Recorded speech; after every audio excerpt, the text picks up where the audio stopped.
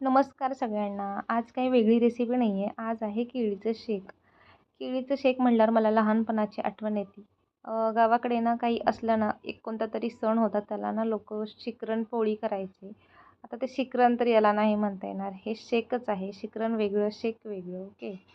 मग आज मी केळीचं शेक करायचं ठरवलं होतं. मग त्याच्यासाठी मी छान अशी केळी कट करून घेतली होती आणि केळीचे फायदे काही सांगायलाच नको. प्रत्येकाच्या वाढीमध्ये केळीचं खूप महत्त्वाचं योगदान ठरतं असं मला तरी वाटतं. लहान मुलांसाठी पण डॉक्टर लोकं ना केळी प्रेफर करतात. आणि झाडांच्या वाढीसाठी पण आपण केळीचे हे जे साल असतात ना, ते फेकून न देता छोट्या-छोट्या आकारात कट करून रात्रभर पाण्यात भिजवून ते 1 लिटर पाण्यामध्ये मिक्स करून झाडांना त्याचा छान स्प्रे केला ना, तर त्यानेही झाडांची वाढ खूप छान होते.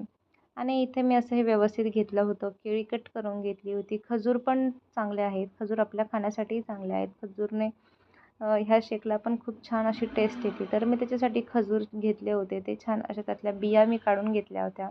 व्यवस्थित बिया काढून त्याचे व्यवस्थित तुकडे करून ते मी छान मिक्सरच्या भांड्यात टाकले होते. त्यात केळी, खजूर, काजू, बदाम असं सगळं व्यवस्थित घालून घेतलं होतं आणि त्यानंतर मी हे असं हनी घालून घेतलं होतं. हनीनी टेस्ट पण छान येते आणि हे शेक जर तुम्ही दररोज घेतला तर खरंच मला तरी वाटतं मलाही याचा फरक जाणवला आहे.